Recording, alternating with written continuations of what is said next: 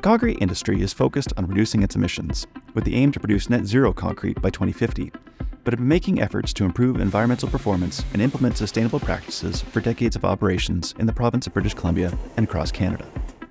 This video is the second in a series focused on environmental product declarations, and specifically how concrete producers can enable their operations to issue product and facility-specific EPDs. These documents can be utilized to both differentiate a concrete producer in the market and comply with the growing number of policies that require EPDs as part of green procurement practices. A product and facility-specific EPD is an important document that is valued by concrete producers, contractors, specifiers, and regulators because of the accuracy and transparency it provides. There are several types of EPDs, but for the purposes of concrete specifically, the two most commonly encountered varieties include Type 2 EPDs, which are self-declarations often used by manufacturers to claim environmental benefits related to the product or its use, and Type 3 EPDs, which require independent validation of a product's environmental impact.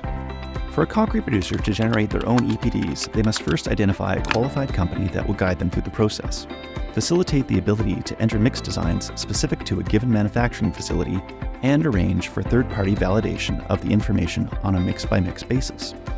There are several EPD development companies throughout North America, each with their own unique functionality. The environmental impacts of a concrete mix denoted on an EPD are measured according to cradle-to-gate boundaries, representative of the product stage of a more fulsome life cycle assessment, which is comprised of 3 modules of activities, including Module A1, extraction of raw materials, including, as an example, the cement manufacturing process.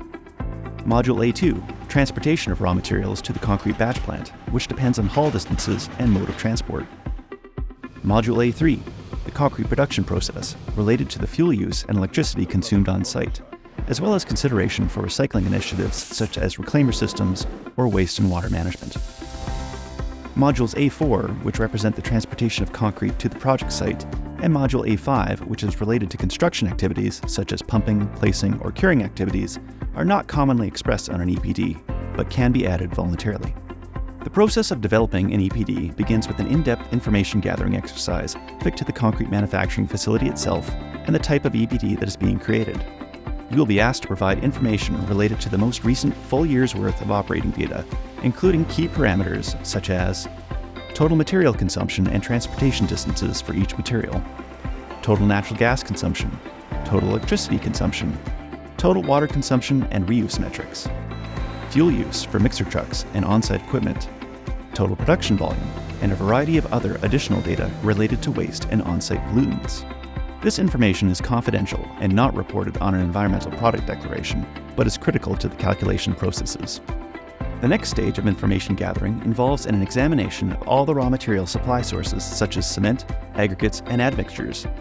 Carbon intensities for these materials are provided by the source or estimated based on industry-accepted datasets outlined by the governing product category rule for concrete.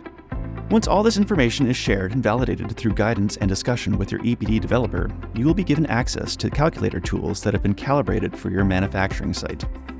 Some of these tools require manual mix entry, while others can link directly to your QC systems.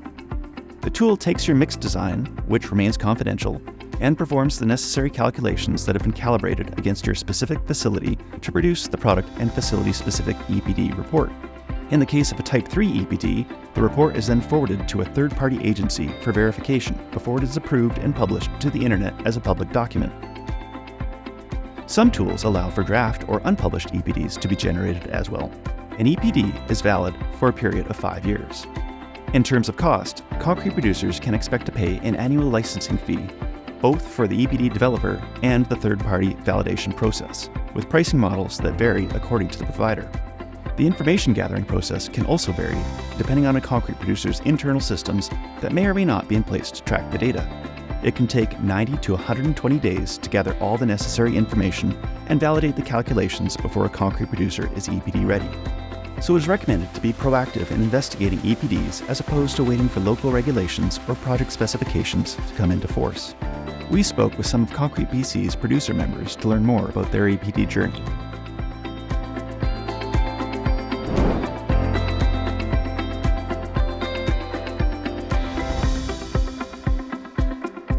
I'm Todd Hansen. I'm General Manager for Independent Concrete located in Langford, British Columbia.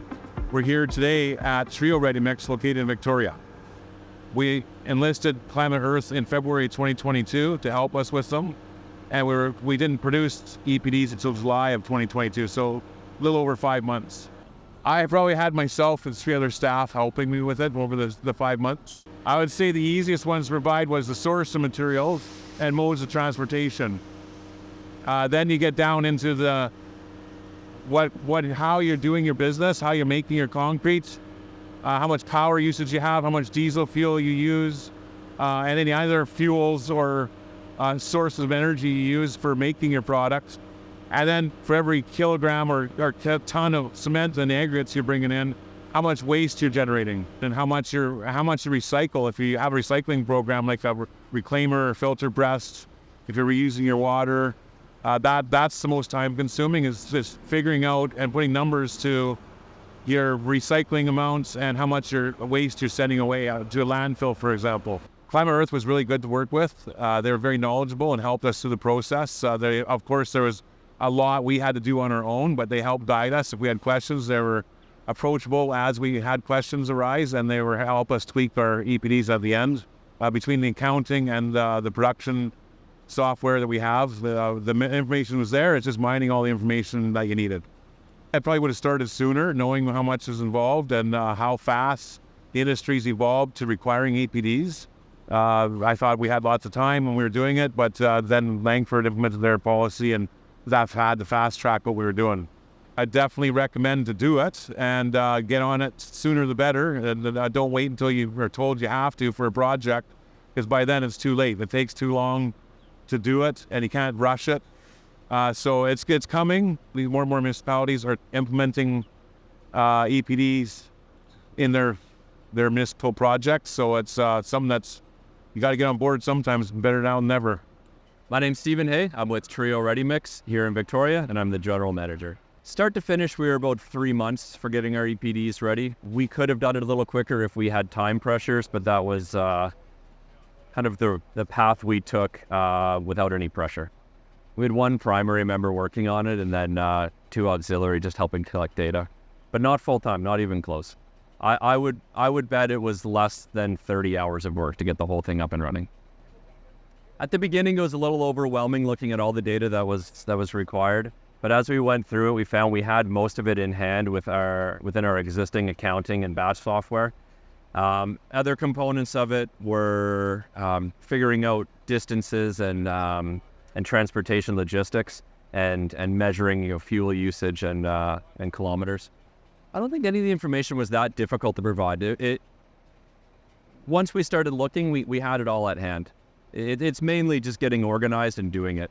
All the information was already available within our different systems, just none of it was in one place. So between looking through our account payable software, through our ERP software, through our batch software and dispatch software, we were able to gather all the information internally. We use Climate Earth to help our EPD, and then we use the National Ready Mix Concrete Association as our auditor. I'd recommend both of them.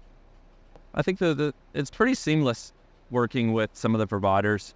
I don't think we do much different. Just collect the data that you already have, consolidate it, just do it. It's not as difficult as you think, and in the end, it will save you money as you analyze your business operations, and you'll probably save a bit of carbon as well.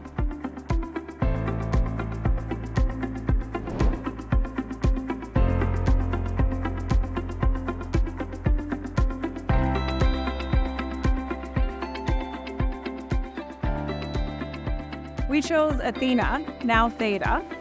They were great to work with. They got us through the process and where we need to be today.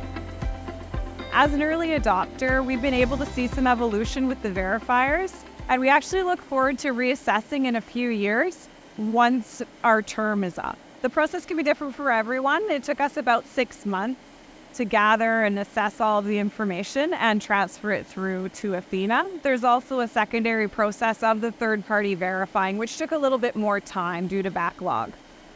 We had to collect an entire year of data, production, emissions, energy purchasing, and that sort of thing. I would say the energy purchasing as well as emissions was the most difficult to gather and process, yes. I think that Selecting your team for those initial gathering, implementing, and maintaining is very important, as well as also reaching out to see a demo of a couple of verifiers, software, or interfaces. Reach out to a verifier and ask them for a list of their survey data.